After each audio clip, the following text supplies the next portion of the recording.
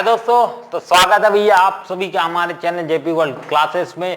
आज का अपना टॉपिक है, एक छोटा सा टॉपिक है जो पिछले में छोड़ गया था, लेक्चर ज़्यादा लंबा हो जाता है, इसलिए उसको इसके साथ कंसीडर कर लो।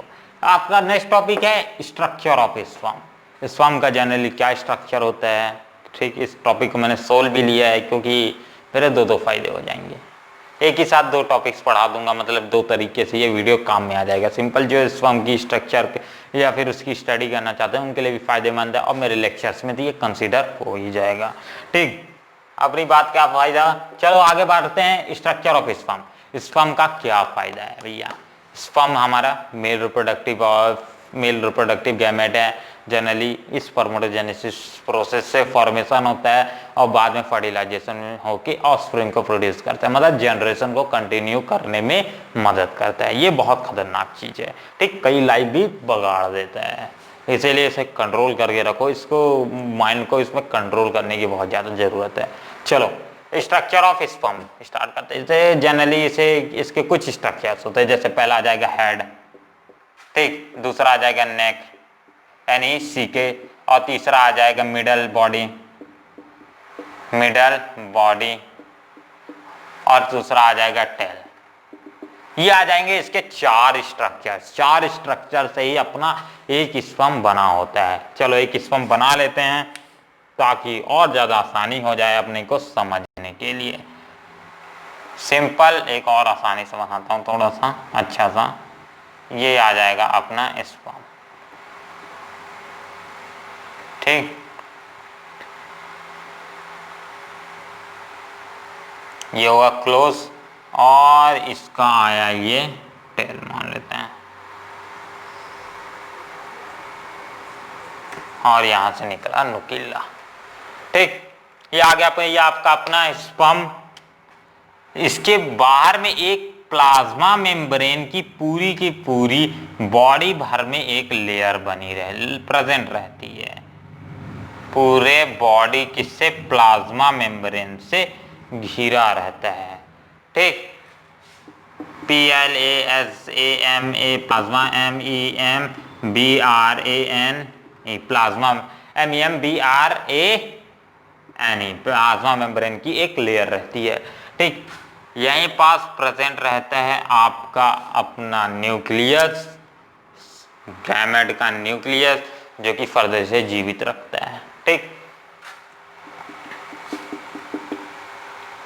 और यहां पास से स्ट्रक्चर से आपका स्टार्ट होता है भैया क्या, माइटोकॉन्ड्रिया, यानी power house of this cell is said to be a mitochondria. जल्दी करता हूं, लाइट गोल होने वाली है क्योंकि बारिश आ चुकी है। चलो भैया स्टार्ट, समझ आए। अब स्ट्रक्चर कंप्लीट हो चुका है।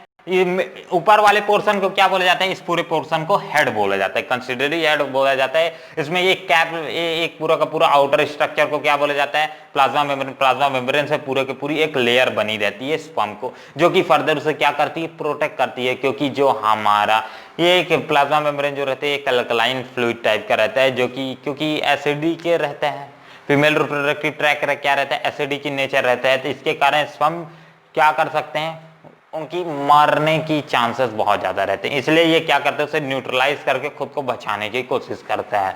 चलो इसके बीचों बीच एक एंजाइम प्रेजेंट रहता है, और इस पार्ट को क्या बोला जाता है, इस पूरे पार्ट को एक्रिजोम बोला जाता है, ACHEROSOME, एक्रिजोम। मीनिंग देख लेना भैया, गलत होगी तो चेक कर लेना। एक्रिजोम कई लोग को आपको बताएंगे यहाँ एक्रिजोम प्रेजेंट रहता है, बट सुनना मत, क्योंकि यहाँ एक्रिजोम स्ट्रक्चर प्रेजेंट रहता है, पूरा डेफिनेशन।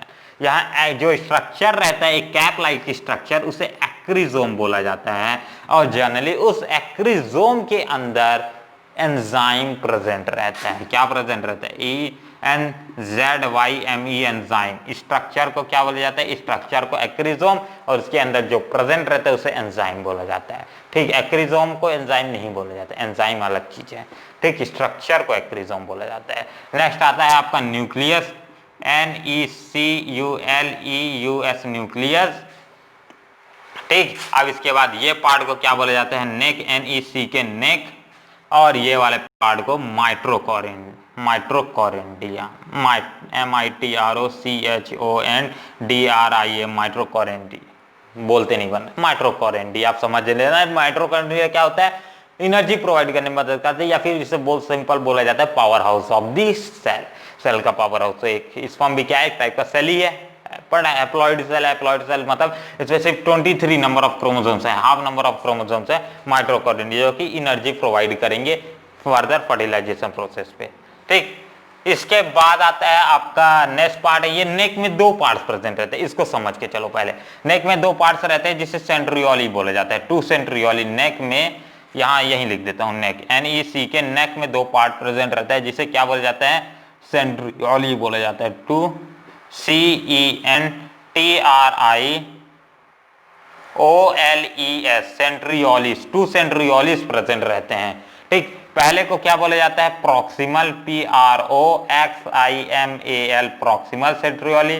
दूसरा को डिस्टल, DISTAL, डिस्टल सेंट्रियोली। 2 टाइप के सेंट्रियोलिस प्रेजेंट रहते हैं, एक होता है प्रॉक्सिमल सेंट्रियोली, दूसरा आता है डिस्टल सेंट्रियोली।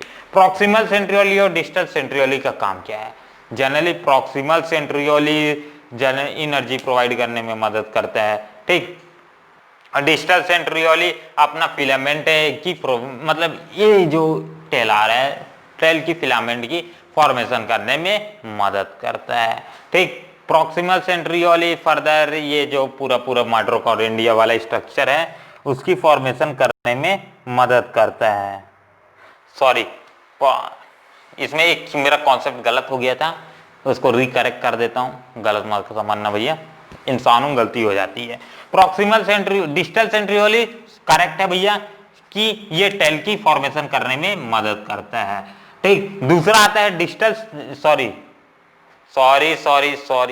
पकड़ूं क्या दोनों कान क्या, जो डिस्टल सेंट्रियोली होता है वो हमारे टेल की फॉर्मेशन करने में मदद करता है। ठीक, प्रॉक्सिमल जो सेंट्रियोली होता है वो फर्स्ट कैलीवेज के लिए रिस्पॉन्सिबल होता है। किसके लिए, फर्स्ट कैलीवेज, LEVAGE, फर्स्ट कैलीवेज के लिए रिस्पॉन्सिबल होता है। फर्स्ट कैलीवेज क्या होता है, जनरली जब हमारा जाइगोट की फॉर्मेशन हो जाती है, फर्टिलाइजेशन के बाद जाइगोट की फॉर्मेशन हो जाती है, तो उस जाइगोट को डिवाइड होने के प्रोसेस को कैलीवेज बोला जाता है। तो उसकी फर्स्ट कैलीवेज में हमारा प्रॉक्सिमल सेंट्रियोली मदद करता है, समझ के चलो। ठीक, नेक का कंप्लीट हो गया। नेक्स्ट आता है माइटोकॉन्ड्रिया, माइटोकॉन्ड्रिया पावर सप्लाई करने में मदद करता है। नेक्स्ट पार्ट आता है आपका टेल, टेल क्या करता है, स्विम करने में मदद करता है। कंप्लीट, ये हो गया आपका पूरा का पूरा स्ट्रक्चर, इसे क्या बोला जाता है, टेल, TAIL, टेल। ठीक, तो ये हो गया स्ट्रक्चर ऑफ स्पर्म। तो लिख लो, आज का टॉपिक फिर यहीं कंप्लीट कर देते हैं। चलो 8 मिनट में कंप्लीट हो गया, एक बार फिर से रिवाइज कर लेते हैं, फास्ट रिवीजन। इसमें मेनली 4 स्ट्रक्चर बोल सकते हैं, एक हेड, नेक, मिडल, बॉडी और टेल। हेड में क्या क्या आ जाता है, एक्रिजोम आ जाता है जो कि स्ट्रक्चर को बोला जाता है, उसके अंदर एक एंजाइम प्रेजेंट रहती है जो कि फर्दर न्यूट्रिएंट प्रोवाइड करने में मदद करती है। और ये कब इंपॉर्टेंट है, एक्रिजोम एंजाइम्स, जो एंजाइम प्रेजेंट रहता है यहाँ, उस एंजाइम का काम कब आता है, जब ओवम के साथ फ्यूजन होगा तब उस समय यही एंजाइम इसे सक्सेसफुल कराती है। ठीक, तो उस समय काम आएगा भैया एंजाइम्स का, वो आगे जाके देखेंगे। नेक्स्ट आता है न्यूक्लियस। न्यूक्लियस तो जनरली न्यूक्लियस है जो कि पूरे सेल को जीवित रखता है।